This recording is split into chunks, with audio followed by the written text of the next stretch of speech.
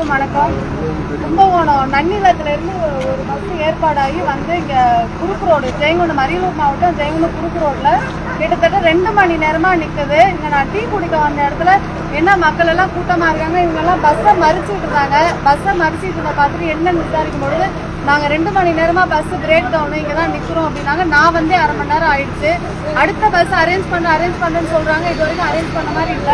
திருப்பி ரன்னிங்ல போகக்கூடிய பஸ்ல நின்றுகிட்டு போற மாதிரி இப்ப இந்த பொண்ணுலாம் அதாவது ஏற்கனவே தமிழ்நாட்டுல பெண்களுக்கு பாதுகாப்பு கிடையாது. இந்த மாதிரி ஒரு சிச்சுவேஷன்ல ஏதோ ஒரு பஸ்ல நின்றுட்டு போன்னு சொல்லி இந்த பொண்ணெல்லாம் ஏற்றி விடுறாங்க. எல்லாரையுமே பஸ்ஸுக்கு 2 பேர் நின்றுட்டு போங்க, இது என்ன அராஜக போக்குன்னு தெரியல. நாங்கெல்லாம் போக்குவரத்து துறையை சிறப்பா வச்சிருக்கிறோம், நாங்க இருக்கக்கூடிய ஆட்சியில எல்லாமே நல்லா இருக்கு அப்படின்னு சொல்லிட்டு இருக்காங்களே தவிர பெயர் அளவுல தான் இருக்கு. இந்த பஸ் சென்னைக்கு போறக்கூடிய பஸ்ஸோட கண்டிஷன் பாருங்க, மேலெல்லாம் ஸ்டிக்கர் ஓட்டுற மாதிரி இருக்கு. ஒரு சென்னைக்கு போறக்கூடிய பஸ் வந்து இந்த மாதிரி கண்டிஷன்ல தான் இந்த தமிழ்நாடு அரசாங்கம் அனுப்புமா? ஏற்கனவே இங்க மக்களை மனுஷங்களாவே மதிக்கிறது கிடையாது, மிருகத்தை போல நடத்திட்டு இருக்காங்க. 2 மணி நேரமா இந்த மக்கள் எல்லாம் நின்றுட்டு இருக்காங்க. இவங்க வைக்கிற கோரிக்கை ஒரே ஒரு கோரிக்கை தான். இங்க பக்கத்துல ஜெயங்கொண்டத்துல டெப்போ இருக்கு, கும்பகோணம் டெப்போ இருக்கு, அங்கெல்லாம் ஸ்பேர் பஸ் இருக்கணுமா இல்ல? நாங்க வந்து எல்லாத்தையும் போக்குவரத்து துறையை நாங்க சிறப்பா வச்சிருக்கிறோம், புது பஸ் எல்லாம் விடுறோம், நாளும் அறிக்கை விட்டுட்டு இருக்க இவங்க ஒரு பஸ் இப்ப இங்க இருந்து ஒரு நாளைக்கு எத்தனையோ லட்சக்கணக்கான பேர் சென்னைக்கு போயிட்டு இருக்காங்க. அதுவும் ஞாயிற்றுக்கிழமைனா ஒரு பஸ் உங்களுக்கு பிரேக் டவுன் ஆயிடுச்சுன்னா அதுக்கு ஸ்பேர் பஸ் அரேஞ்ச் பண்றதுக்கு இவங்க யாராலையுமே முடியல. அவங்களும் நாங்க பிஎம்க்கு கால் பண்றோம், அவங்களுக்கு கால் பண்றோம்னு ஒவ்வொரு டெப்போவா போன் பண்றாங்க, எந்த ரெஸ்பான்ஸும் கிடையாது. இந்த மக்கள் 50-55 பேரும் இதே இடத்துலதான் நின்றுட்டு இருக்கிறாங்க. இவங்களுக்கு சரியான பதில் யாருமே சொல்ல மாட்டேங்கிறாங்க. ஆடு மாட்டை ஏத்துற மாதிரி அந்த வண்டியில ஏறிப்போம் இந்த வண்டியில ஏறிப்போன்னு சொல்றாங்களே தவிர இந்த 55 பேர் ஒரே பஸ்ல வந்தவங்க அதே மாதிரி போய் சேர்றதான முறை. ஏன்னா அவங்க ஒருத்தருக்கு ஒருத்தர் தெரிஞ்சவங்களா இருப்பாங்க, ஒரே ஊருக்காரங்களா இருப்பாங்க. அவங்கள ஆடு மாடு மந்தையில இருந்து அனுப்புற மாதிரி 2 பேரா ஏற்றி அனுப்புறது எந்த வகையில முறை? இந்த அரசாங்கம் மக்களை நான் வந்து மக்கள் நலத்துக்காக இருக்கோம்னு சொல்லிட்டு மக்களை மிருகத்தை விட கேவலமா நடத்திட்டு இருக்கிறாங்க. இதற்கான தீர்வு எப்ப கிடைக்கும் தெரியல. இன்னும் 2 மணி நேரமா நின்றுட்டு இருக்காங்க. பார்ப்போம், பொறுத்திருந்து பார்ப்போம். உங்களோட நானும்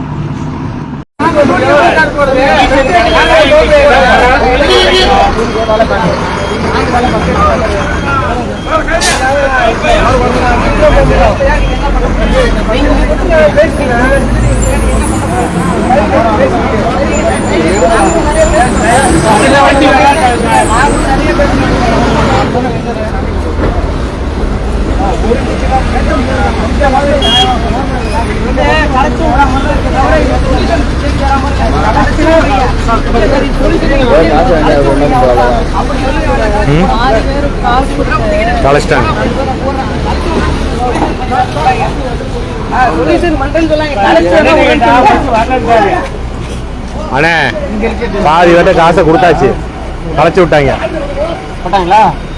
காசை கொடுத்து களைச்சு விட்டாங்க.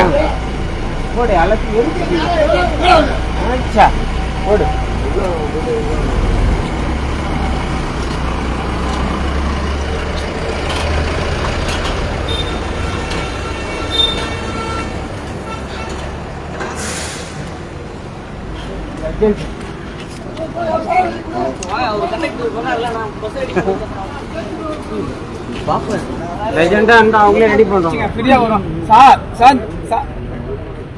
இந்த ஒரு நிமிஷம் சார், ஒரு நிமிஷம் இந்த மேடத்துல பேசுங்க சார். ஹலோ, இந்த பேசு. ஹலோ சார், இங்க கிட்டத்தட்ட ஒரு 50-55 பேர் நிக்கிறாங்க ரோட்ல, வர பஸ்ல ஸ்டாண்டிங்ல. எவ்வளவு நேரம் ஆகும் வரதுக்கு?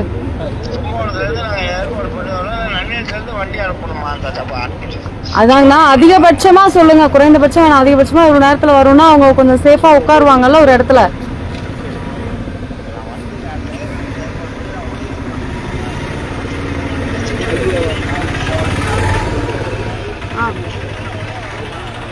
இல்ல ஸ்பேர் பஸ் இல்லையா? எதுவுமே ஸ்பேர் பஸ் இல்லையா உங்களுக்கு அங்க கும்பகோணத்துல இல்லையா?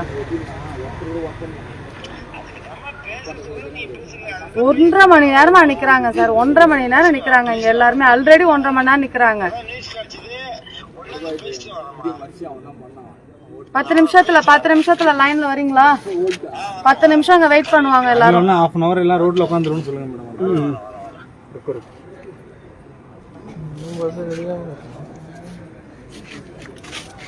அன்டயத்துல போய் எல்லாம் இறங்குறவங்க சார், கோச்சிக்காதீங்க. அவங்களுக்கு டீன்ஸை பிடிச்சி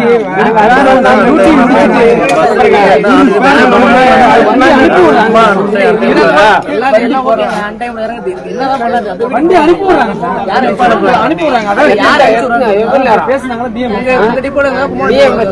கும்போன் டெப்போக்கு பேசி அங்கிருந்து கும்போன் டெப்போக்கு அவங்க பேசிட்டு இருக்காங்க. இப்ப புதுசாலாம் பஸ் விட்டேன்னு சொன்னாங்களா, அதெல்லாம் ஒரு பஸ் கூட இல்லையா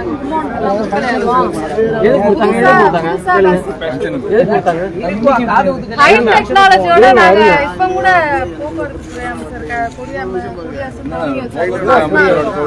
அந்த பஸ் எல்லாம் எங்க போச்சு? என்ன நிறைய பஸ் விட்டுருக்காங்க மேடம். ஒரு மாசம் கூட இருக்காது, உங்களுக்கும் தெரியும்.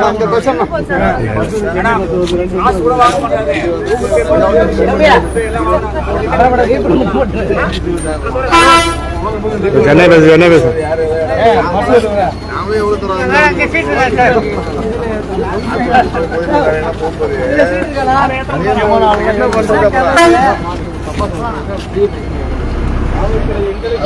கம்மியான